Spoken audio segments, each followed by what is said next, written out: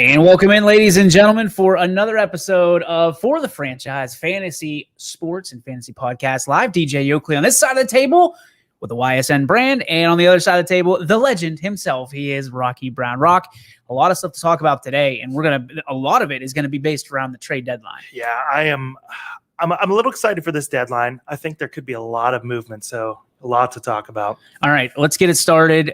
A rumor that came out last night. Yeah, unfortunate for an Indians fan, Guardians fan, whatever it is now. But yeah, we've got rumors that Jose Ramirez might get moved by the deadline. And then, waking up today, looking at the lineups, Jose Ramirez is not in the lineup. So he's on hug watch. You're waiting, you're watching the game, you're seeing if maybe he comes out and gives hugs to, some friends in the dugout.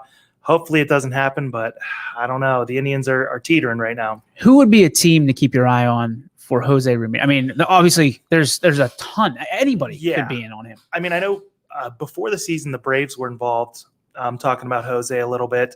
I don't know how much they're going to be willing to invest this year with Acuna out. I did my usual, write down the teams and see what they need. I went through lineups.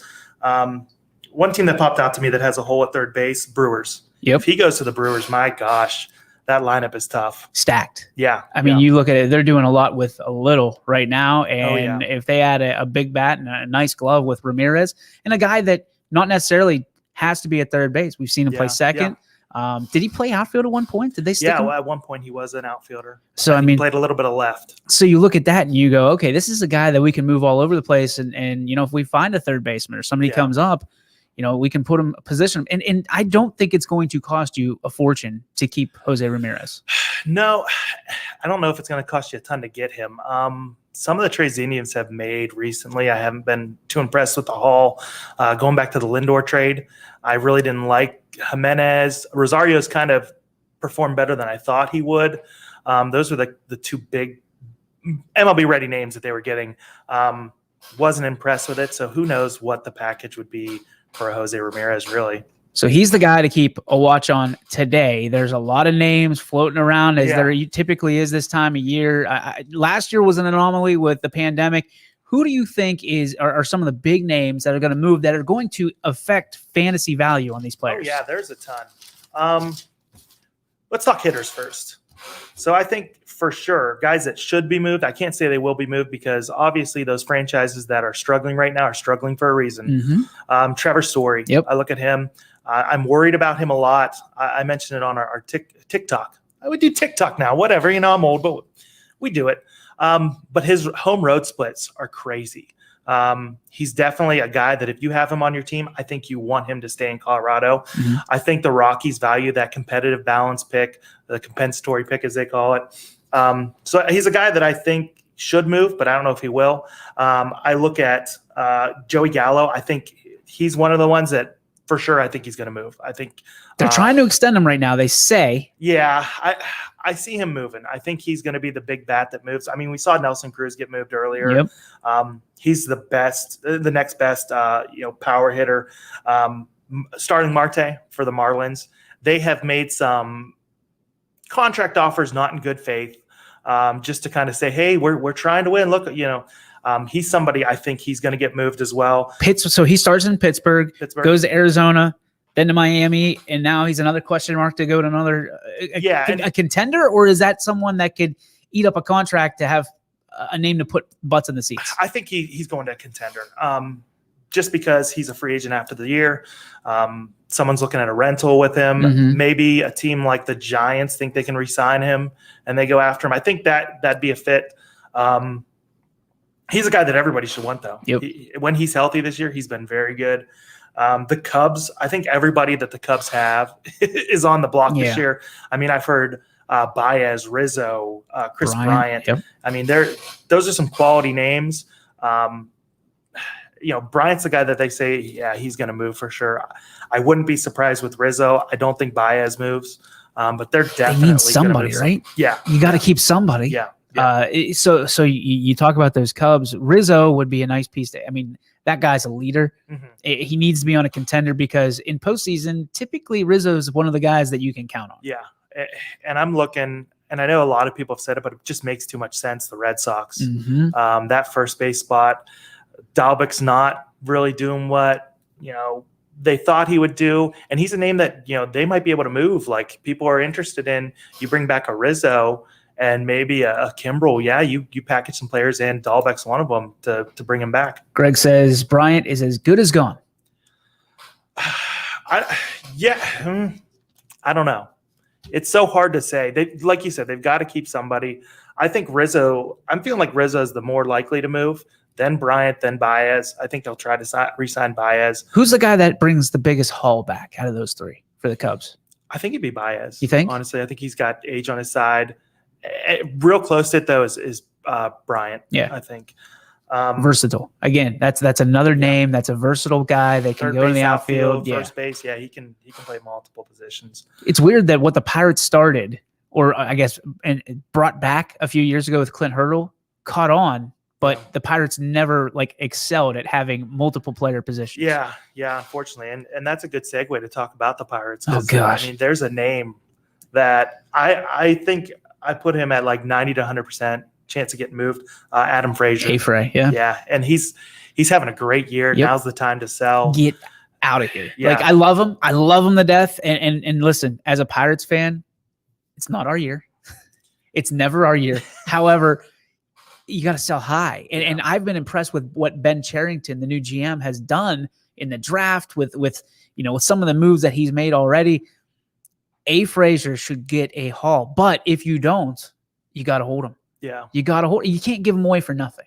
Yeah. And that's what people have come to expect. But from a fantasy perspective, he could go somewhere and be a huge piece of the puzzle. Yeah, I keep reading the White Sox. Everyone keeps saying White Sox, and with you got Eloy Jimenez coming back. You've got Luis Robert eventually coming back. That lineup is dangerous, and with him at the top of it, he's going to score a lot. The hit collector. I mean, dude just gets on base by any means necessary, and I think the Pirates actually lead the league right now in bases loaded walks. And that's, people will roll their eyes at that, but you look at that and you go, that's something. But right? Does he get on base? He's on base, and walks still count in leagues, on base percentage, all that stuff. But Adam Frazier, he's one of those guys where he could go from being, and who knows, I don't know this because the Pirates haven't been good under the Adam Frazier era, but he could go from being a really good player for the Pirates to a mediocre player somewhere else, because that change of scenery, sometimes it does you good, sometimes it does you dirty. Rocky, do you feel like he could be that guy in someone's line, or should fantasy owners of Adam Frazier think about moving him as well? He's always going to be a guy that people don't view as a good fantasy player because he doesn't have the power numbers. Right. Excuse me. But, doing research and reading, one of the things that people don't, especially in points leagues, I like points leagues. I'm not really a roto guy, but in points leagues, getting on base is huge, and people don't tend to look at the, weighted on base percentages and stuff that need to be, looked at more. And he's going to go to a better team that just, you automatically assume, okay, he's going to score more runs. Maybe he goes and, okay, it's not like Pittsburgh. There's more pressure and he struggles. That's possible. We've seen it happen before. But he's some guy that I count on him to, continue getting on base. So, from a perspective, I know we don't like to do this, but if he's on your team right now, are you moving him? Dave, you can get a haul back for him for, some prospects maybe? I moved him. You did? I did end up moving him. I had him. I got him. He was just a free agency pickup. Yep. Working the waiver wire. And I got a package back, and I can't even remember off the top of my head what I got, but it was significant. Okay. And I felt, okay, I can move on from him. I'm getting enough back that it justifies the move. Mm-hmm. It was Whit Merrifield. Oh, cool. It was a deal involving Whit Merrifield. That's not bad. And one of the things I love with Whit Merrifield, his steals, he was leading the league in steals at the time. He's got outfield, second base eligibility in my league. So I was like, okay, he's got the same eligibility as Frazier.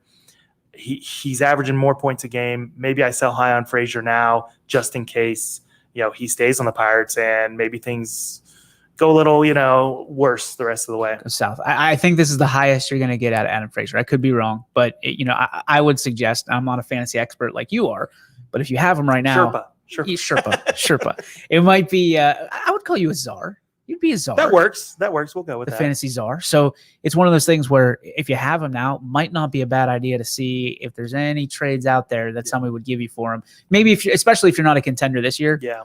Go try to pick up some. I mean, if you can get Frazier for Acuna, maybe something like, some people get desperate. They're trying to compete if they have Acuna, and yeah. So let's go to other people you expect to move at the deadline. Continuing with hitters, that the last real team that I think is a well, I miss the Orioles, but I really don't know if the Orioles are going to make a move. Mancini's the name that they keep kind of throwing out. You think they're going to? I was going to say, there's no way. He's too integral to that team. He's an inspiration to them. Great story. Yeah. Yep. That they won't move him unless it's. I mean, they could get blown away. Price is right. Yeah, but I don't see it happening. The Diamondbacks, I think they're going to move some of their guys. They got to bring their young guys up. That is not a good team. I know that Marte for them. He's a guy that they're not going to move. They've said no. But that's our franchise player. Yeah. Escobar though, a guy that's played second and third. He's been hitting the ball. I think he's got 22 home runs on the year right now. Unexpected power. There's a lot of teams looking for that second base, third base position. David Peralta is a fourth outfielder. Probably Asdrubal Cabrera gets moved to somebody that's looking for, somebody to play multiple positions, a bench piece. Steady hands. Yeah. I know we're not talking about pitchers yet, but if you don't mind me asking, the Diamondbacks, even though they're not a great staff, they got some pieces that they can move. And there's one guy in particular that, especially a team in the postseason, would really like to have. Yeah. I mean, the pitchers, I think that they're probably talking right now. Merrill Kelly. Yep. I think he's the one that I anticipate him getting moved more than anyone else. They probably would love to move Madison Bumgarner. Yep. I don't know if it'll happen. That contract is a big contract. Huge. Yeah. But listen, you think about it. Some of these GMs look at. I mean, that dude is lights out in the postseason. He might be okay in the regular season, but especially in the National League, you're not missing anything when his bat's in your lineup. Yeah, you're not missing anything. And from a standpoint of in October, just opportunist. My guy is he can take you 9. He can take the whole distance. And there's looking at the teams, there's about 17 to 20 teams that I wouldn't be surprised if they were buying. And really, that many? Yeah, I think looking at it, I think that's about where we're looking at. Wow. There's 3 that I think will end up sellers that I have still as buyers right now. So the teams Indians that really, one of them. You're talking about teams that aren't even going to make the playoffs being buyers. Yeah. I mean, wow. Look at the Angels. I mean, I can see them moving Iglesias. He's a reliever that, relievers are the things that get moved most of the deadline. Correct. Everyone's looking to, solidify that bullpen. But they need pitching, and they need it back now because the clock's running out on Trout. You don't want to waste that window where you have Ohtani, Trout, Rendon even. And I know he's been battling injuries, but that's an all-star caliber player. They've got to get pitching back. I don't think they're going to, threaten the postseason this year, but I think they're buying more than selling right now. That's going to be interesting. I mean, not that they're going to move Ohtani, but that would be a huge piece. Yeah, that you could move and get it. I would imagine you could get a king's ransom for Ohtani at this point. Yeah, I mean, is he ever going to be better than he is right now? That's a good question. I don't know. I mean, they're going to try to compete as long as they have Trout. When that time comes where the Yankees and Red Sox come calling, or the Dodgers, that they're like, hey, we want this guy, then they're going to have to start thinking about blowing the whole thing up. You know where he's going to end up. He's going to end up in Philly. You think so? That's home, right? I assume, and I don't know this. Yeah. He has a no trade clause. Yeah. So Philly's home. My guy would love to go to Philly, be in the National League, be home, be the hero, and that would make. I mean, imagine if you had Trout and Harper in your outfield. That came up. It'd be nice. It'd be kind of like a Miami Heat type situation when they had the I think it was 2003, 2004 draft class, whenever LeBron was. But I think that'd be interesting. I don't know though. I see him going to win. Like, he hasn't won in so long. He's made his money. Like, go to the teams that are perennial contenders. Yep. Like, if the Yankees make an offer, sure, I'll waive my no trade clause. Let's see how this works out. Yeah. I'm already clean cut. I don't need to shave, so perfect. More worried about the championships, not a beard. Yeah. All right, who else you got? So, pitching, This is I'd where it like to gets mention- interesting. Yeah, I'd like to mention relief pitchers, especially for fantasy. There is a list of relievers that we could see go. Craig Kimbrell, who's absolutely lights out this year, Mhm. 0.51 ERA. Richard Rodriguez for the Pirates. Started hot. Yeah. Now he stinks. Yeah. So again, that's you're not going to get as much as you would at the beginning of the year, but there's the potential there. Yeah. And that's what everybody trades on is potential. And I see him getting moved. Okay. You got Ian Kennedy, Iglesias, who we mentioned, Garcia for the Marlins, Daniel Bard for the Rockies, Kendall Graveman for the Mariners. Even though I think they're a buyer, they're one of those teams that they're going to shuffle pieces, I think. And Brad Hand, I could see getting moved for the Nationals. These are guys that there is not many teams that are looking for a true closer. So if you have them in your league, you are scared to death they're going to get dealt, especially if you have a league that is more saves than holds. So you've got like maybe, the Phillies. That's a situation you want to see a closer go to. The Blue Jays, and then maybe the Reds and Giants. And outside of that, those guys are not going to be closers. They're going to be setup men, or just another piece in the bullpen. And it's always scary to have a reliever that's on the market. I'm with you. So let's break this down for the fantasy baseball player out there. When you're looking at, you have a guy that's hot on the trade trade block. Does it make you nervous? Should it make you nervous that they're going to be moved or potentially be moved? And should you move them before the team, the actual reality team, moves them? I think you definitely have to look at. So one of the things I wrote down, park factors. You've got to look at park factors. StatCast. I know I talk about StatCast a bit. Love it. It's one of the sites I love to look at. You're looking at guys, and you're hoping they go to places where you're looking at the teams and the rumor team that they're fit, park fit. So you've got hitters parks like Great American Ballpark in Cincy, who actually has a higher home run rate than the Rockies. Wow. So like a guy like Trevor Story, you're hoping Cincy. They're looking for a shortstop. Angel Stadium's not bad. Fenway's a good hitters park. Even Dodgers Park is good. Those are kind of like, if a guy is, rumored to go to one of those places, you're hoping beyond hope that they go there over, the Giants, who's a pitcher's friendly ballpark. Seattle's another one. New York Mets has been this year. The Rays, the A's, those are the stadiums you're wanting your pitchers to go to. But you're hoping that a hitter doesn't go there because the value is, they're going to lose. Yeah, they're going to lose value. So if you have a guy that's like rumored to potentially go to all places that are pitcher friendly ballparks and he's a power hitter, you're going to want to sell high.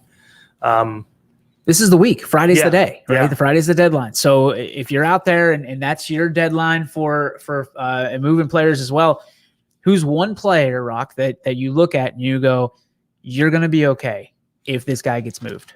I think there's a few. Okay, go for it. I mean, Scherzer, if he gets moved, and it's a possibility. Dude's lights They're out. fielding calls. Yep. I know I had read that they had planned on, trying to re-sign him after the season. So sell him and then try to re-sign. The Indians did that with Lofton back in the day. Yep. So I mean, I think that's a good strategy. I think he'll be okay no matter where he goes. I like Bryant no matter where he goes. Marte, another one. Whit Merrifield has been talked about a little bit. I don't think they move him In Kansas City, really? Yeah, but they should. I mean, there's a reason that teams are good. Yeah. They make sure to sell guys that, they're not signed the rest of the year or not signed next year. You've got to move on from them. I know it's hard because, you get into – we've been on teams. We've been having high expectations. A GM gets there, and they built that team from the ground up, and everyone goes into thinking, hey, this is our year. We're going to win it. And they've got to look around the clubhouse now, and they've got to look, hey, we've won like 48 games on the year. Maybe we're not going to catch anybody. Yeah. We're running out of time. But we've got these guys. It's time, I've got to maybe make a move. And, GMs are in such a tough spot because you're basically admitting you failed. Yep. And then, you get to the offseason, you got to worry about your job.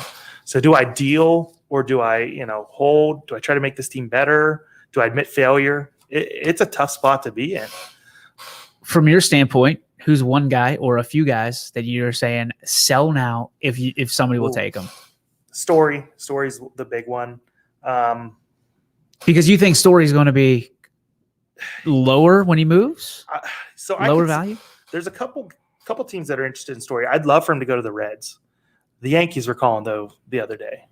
The Yankees. So they're thinking about moving Torres to second, moving LeMahieu to first, moving Voit to DH, moving Stanton to the outfield, which I think would be crazy.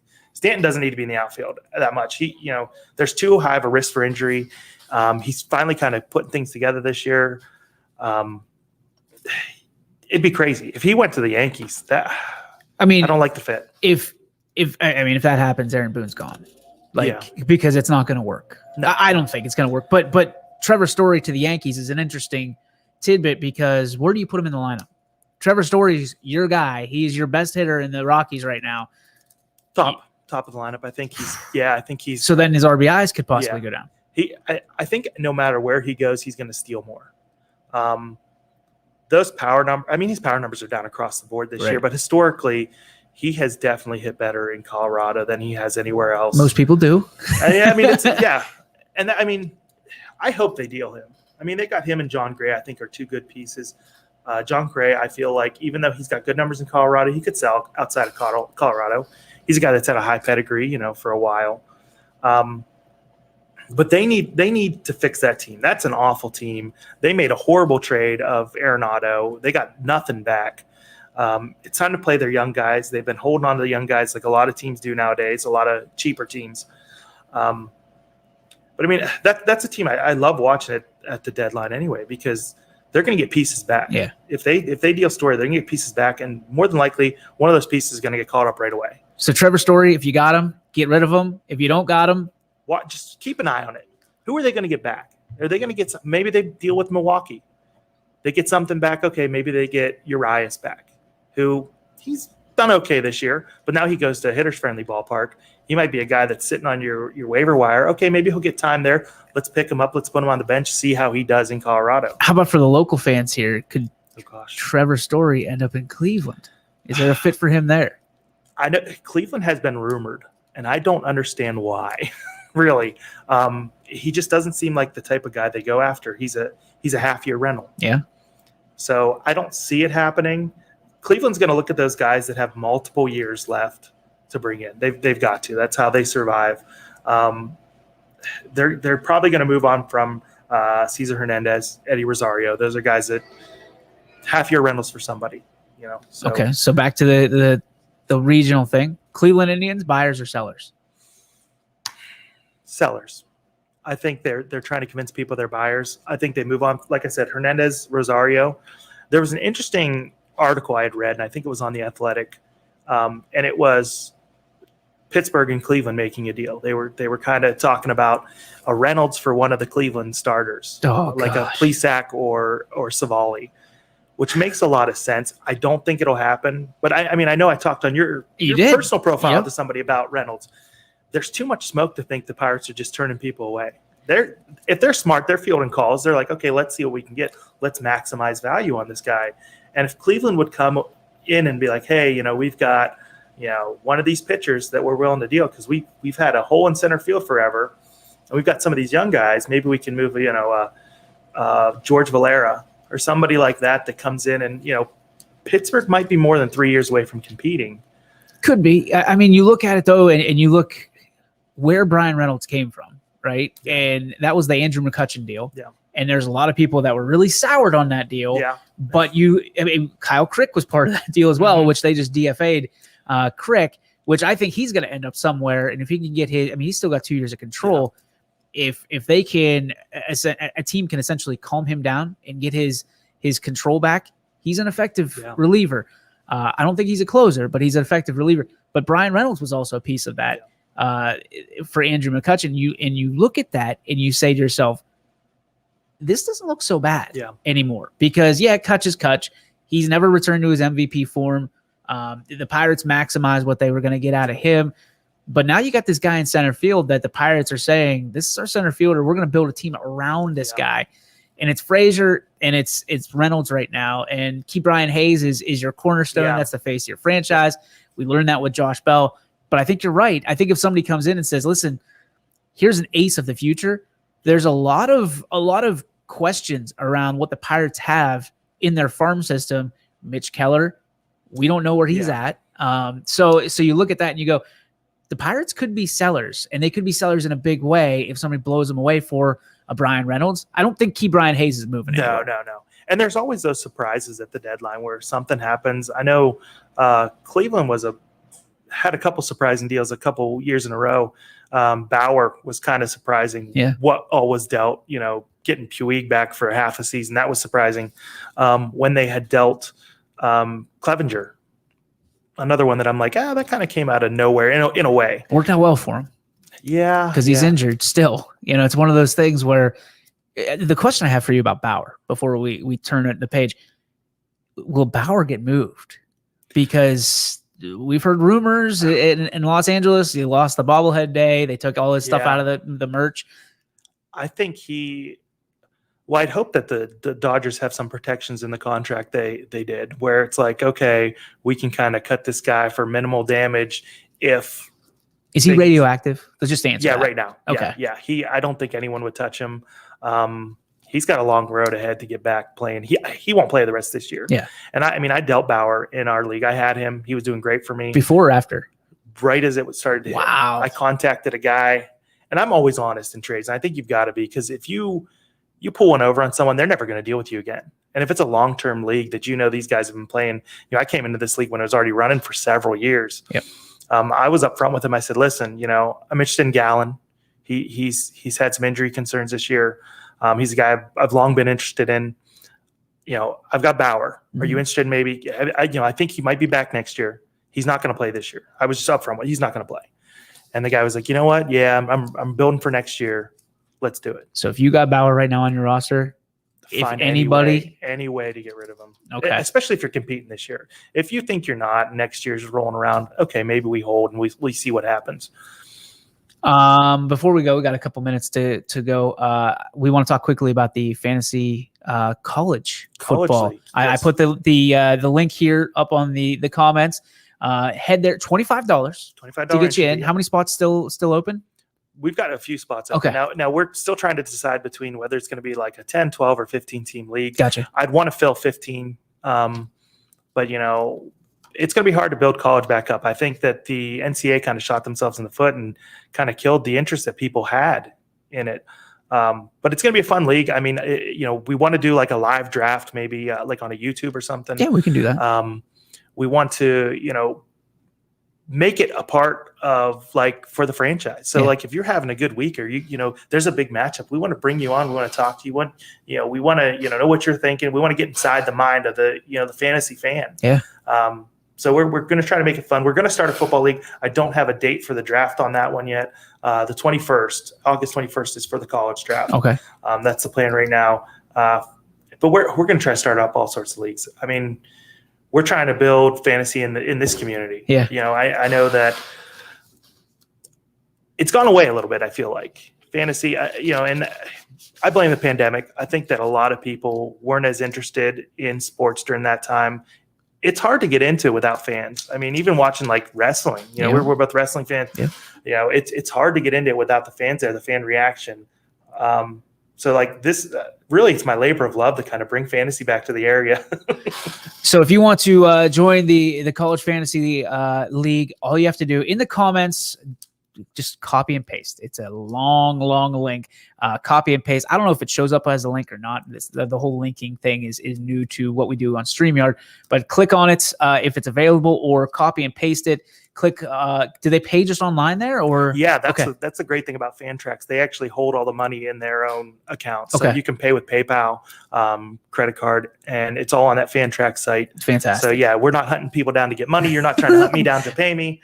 Perfect. I love it. I'm going to be in that. I think it's fantastic. I think it'll be fun. I'm going to probably be awful at it, but it's interesting to me that the college football thing, because you have such a chance. Oh yeah. And from week to week, you can change your entire roster and look like a different team. So I'll be part of that. So join me in this for the fantasy. Rocky will be there. Greg, I'm assuming, as well. I think he's thinking about it. Okay. He's more of a baseball guy, really. Yeah. So, but here's the thing: YS Nation, show up and show out, because now you got a chance to make some money. $25. We're trying to make it a 15-person league, and everybody loves college football. I mean, and again, if your team stinks after the draft, you can go and basically pick a whole different team based on the points and stuff like that. We'll do the draft here on YSN, and we will have the NFL side of things, the pro fantasy league as well, that we'll try to fill up. But Rocky Brown is our fantasy expert here for the Franchise Fantasy Sports Podcast, live every Sunday right here on your sports network. Rocky, one tip for the week before we go, and then do your one thing segment.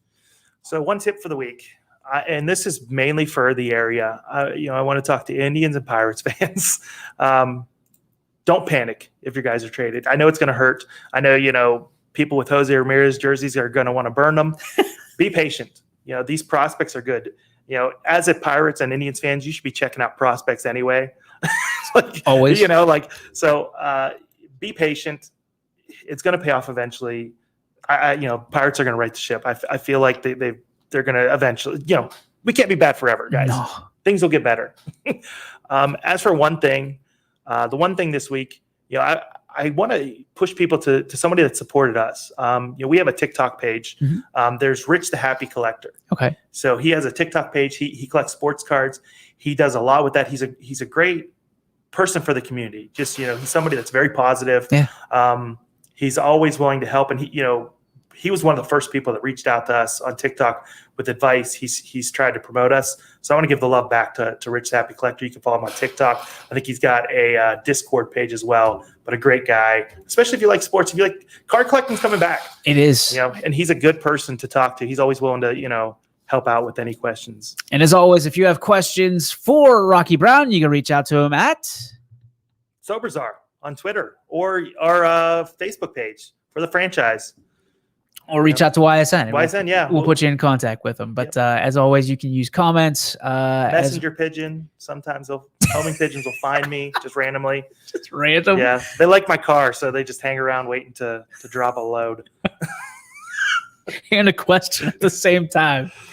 That's going to do it for today's edition of For the Franchise Fantasy Sports Podcast with Rocky Brown. My name is DJ Yoakley. We will see you next Sunday. And until then, get your questions, get them ready, and get ready for some trades this week. Oh, buddy. yeah. Hopefully it's not a dud.